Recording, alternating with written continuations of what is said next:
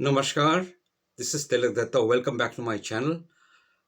This particular session will be the fourth part of my series on the spiritual aspects or possibilities which I have been exploring of the persona Mahakaal. For copyright reasons, the previous session, that is the third part, is only available on my channel. I will remind the viewers again that especially those who have missed my previous sessions, that on the opening video, which was uploaded by author Anuj Thar on 13th of July last year, I had mentioned specifically that these videos, at least on my channel, will be limited in number. So this present series will end after 3 or 4 more episodes, including this one.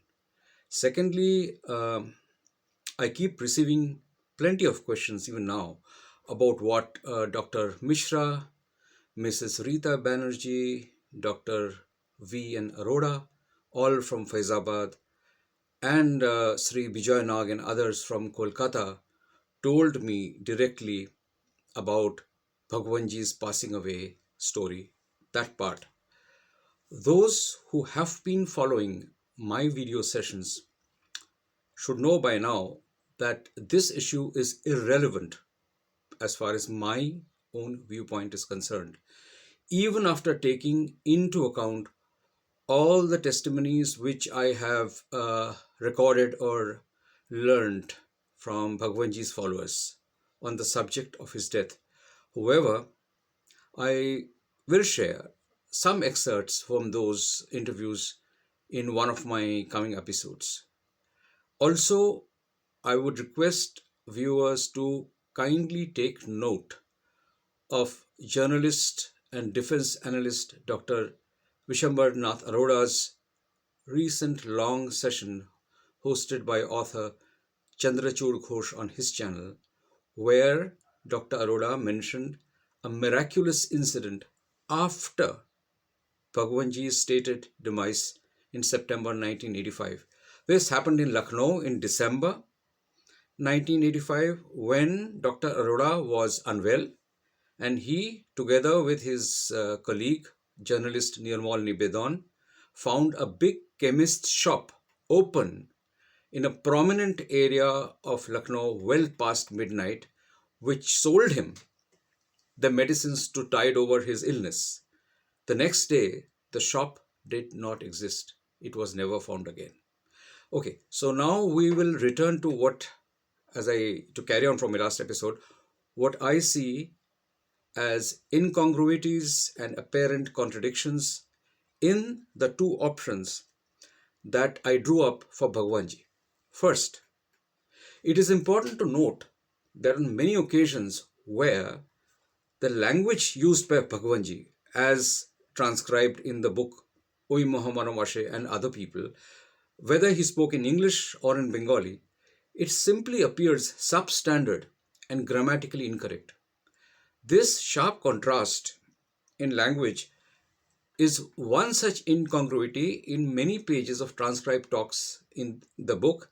For example, on page 339, the whole section also from page 379 to page 392, I'm talking about the Bengali version, about Mao Zedong, or whom he called Tungabhadra. That's how Mao Zedong was addressed by the person of Bhagwanji. Then page 419 onwards, page 201 at the bottom, page 225, he says, Amar, that is his, more than half a dozen akebare toiri, with the same identically functionally equal with me. This is the exact quote, which means he's talking about people or duplicates or others like him who are ready. But you note the language.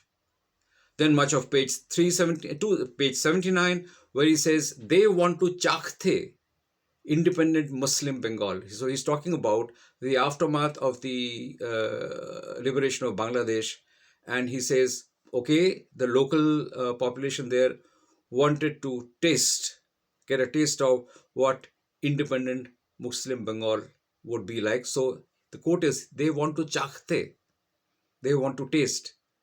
But it is colloquial and absolutely not only incorrect, it's normally not spoken. So we actually don't have a mass of archaeological material or archival material, I'm sorry, which shows how Subhash Chandra Bose spoke loosely with friends, even in informal private sessions. This is different from being light-mooded or witty, let alone the many public statements or formal speeches which Subhash Chandra Bose made, which are on record. So I found that Subhash Bose's past profile is often in complete contrast to the manner in which the man from behind the curtain often expressed himself, as testified to or as transcribed by his followers both in Faizabad and Kolkata. I will also remind viewers about Subhash Bose's serious demeanor, his facial expressions, which revealed little during meetings.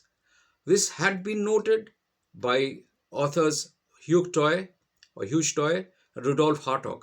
Uh, he gave little away, either in looks or speech. So this is a huge contrast.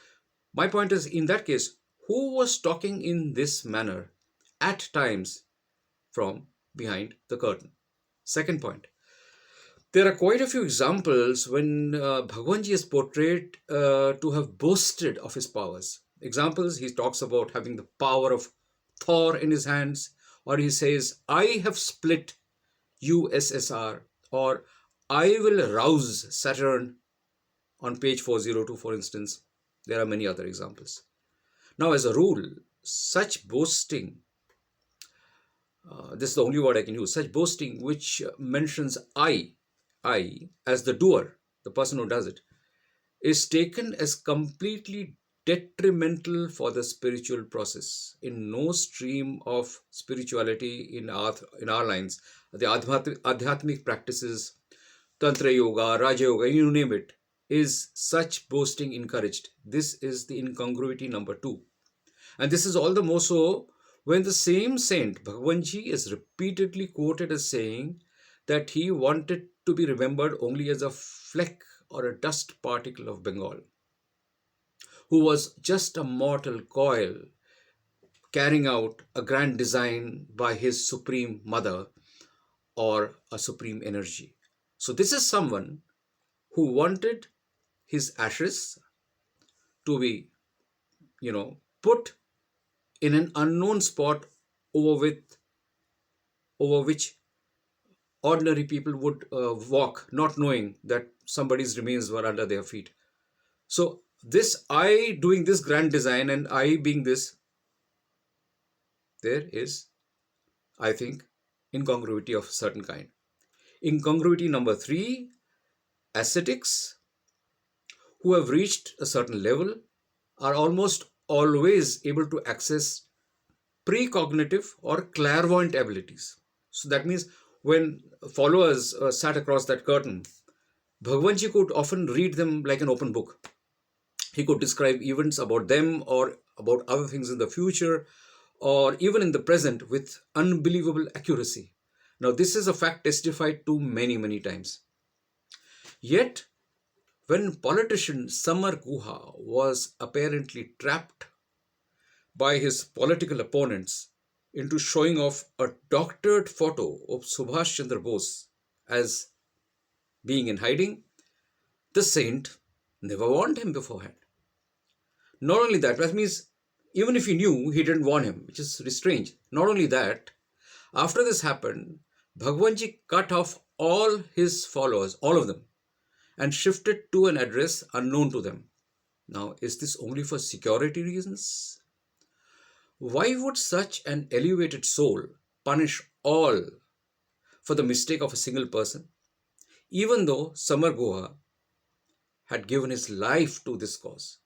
So, who was the entity who cut off Samar Guha? Please note that Samar Guha was never readmitted to the fold. He was never forgiven. In fact, he died with that agony on his heart, Samar Guha. So please keep this fact in mind. Next, Bhagwanji was purportedly putting spies from one group of followers to check on the behavior of other followers. Why? Somebody with clairvoyant abilities would know the truth anyway. What was the need of doing this? Who was doing this? So that takes me to next point, which is the case of Dr. T.C. Banerjee. The official narrative, which we have all read or heard, is that in 1975, right after Dr. Banerjee visited Bhagwanji for the first time and saw him directly, he came home late, and announced that he had seen Subhas Bose, right? Now, the saint would know of this even before Dr. Banerjee would have uttered such words. In fact, he would have even known the moment the thought manifested in Dr. Banerjee's mind, or even earlier, just as soon as he met him. But please note, Dr. Banerjee was not banished nor scolded. A man, that is Bhagwanji, who was so strict and paranoid about his undercover life, would disregard this? If the answer is, but he didn't know, then the first contradiction kicks in. That means that the person in question, Bhagwanji, did not have such abilities or did not have precognitive powers. So who was the person? The one and only Bhagwanji? Who was the person that Dr. Banerjee examined? I'm raising this point. Next, in 2012, Mrs. Rita Banerjee was gracious in having given me time in Lucknow, that is, in answering my questions and even later. So she told me that for over 2 years, sometime between 1980 and 1983, Bhagwanji had turned them away and forbidden them to visit him again. They were outcasts. Why? She told me that, I checked my notes, Dr. Mishra and his family had made Bhagwanji falsely believe that the Banerjees had been spreading rumors that this was Netaji Subhas Chandra Bose in hiding. So he became furious and forbade them to come. In fact, they never even knew that he had been shifted to Ram Bhavan. It is only after Mrs. Rita Banerjee's father-in-law, Dr. T.C. Banerjee, died that Bhagwanji relented and allowed them back into the fold, and they resumed visiting him. Author Chandrachud Ghosh has exactly the same version with him. So, once again, if Bhagwanji was the saint with these immense powers, he would surely know that the Banerjees were innocent and were being falsely implicated. So he would never make them outcasts. Or, indeed, they had gossiped and he threw them out. But even if for argument's sake only, if this was the case, how were they allowed to visit him again? Samar Guha, a man who fought for this cause for so long, was never forgiven for a lapse, but the Banerjees were allowed back. So my question is, who was influenced by the Mishra family? Who issued the orders to bar the Banerjees and who allowed them back? Was this someone who had lost his clairvoyant abilities, who was prone to rumors and gossip, and extremely inconsistent in his decisions? None of these actions can be seen to be those of a highest adept, especially the acts which we increasingly see after 1975. Rather, it seems to be, these acts seem to be that of a tired old man like any other, we see around us. Yes? Was this Bhagwanji at all? Was it was him acting in all these situations? Or his self-created double? What about the manner of his supposed death in September 1985? Now, I have mentioned this earlier, so I'll repeat. Please study how similar Tibetan masters such as Domo Geshe Rinpoche left their bodies, left their mortal coil, when the body remained upright and without decay for months till entombment or till mummification and burial. The body is supposed to be saturated with psychic forces, and these forces are believed to exercise a beneficial impact on the surroundings, which is why a burial in samadhi is done, in a samadhi posture. Now, all these masters, they knew beforehand that they would be dying, so they welcomed this death. They left in samadhi. Their bodies took weeks to months to disintegrate. These are testified facts, just like the passing away of Paramahansa Yogananda and his body remaining intact for weeks in USA, Tito Sri Aurobindo. So, note, and I have said this earlier, Bhagwanji had by all accounts undertaken advanced spiritual practices in Tibetan Tantra, and we would presume that he had reached this state. So, who died in Ram Bhavan on the 16th of September 1985? Who was cremated after that body disintegrated fast? Now, I'm not making a case that, a couple of days earlier or months earlier or on that particular moment, Bhagwanji took some astral flight to Gyanganj. Not one bit. In fact, I would presume, conceivably, Bhagwanji could very well have shed his body willingly much earlier, and his double continued till a natural death overtook him too. Because there's a clear hint also in Oi Mahamara Vashe on page 133 that Bhagwanji wanted to drop his body because it was now too worn out to live till or beyond 121 years to fulfill his tasks. So with that, I come to the subject of double or decoy. There are clearly two options. Either only one man was involved behind the curtain and there was never any double, or a different matrix was playing out with multiple entities. That's why from day one, I have written and said, whomsoever was behind the curtain. I didn't say it was Bhagwanji, I didn't say it was Subhas Chandra Bose from day one. But when Bhagwanji said, please believe me that I am a disembodied entity, kept alive due to the mission set out by the Divine Mother, initially I thought this could have been an emotional outburst by a saddened Subhas Chandra Bose. But now, since as early as 1963, Bhagwanji is on record of having spoken of having created doubles. So, his disembodied entity quote could have a different meaning altogether. If the followers of Bhagwanji find it hard to consider the possibilities which I am going to detail now, one would have to assume that Bhagwanji had also lied about having created doubles. So now, normally a double or decoy or dummy provides a cover for the actual person when he or she makes a public appearance, because there is they are identical looking. The double doesn't speak publicly because that would give away the duplicity. But in the case of Bhagwanji, consider what is unique. Since he is not seen, this double or decoy has to sound like him. In fact, identically so. I can't emphasize this more. Secondly, in the rare case that his cover is blown or Bhagwanji has to reveal himself, or he can be seen, the double has to also look exactly like the original. This would mean that in the rarest of rare occasions, for instance, if a physician has to examine the double, he would need to show a scar where Subhash Bose's gallbladder had been removed. Now, if Habibur Rahman could burn his hands or scar them, I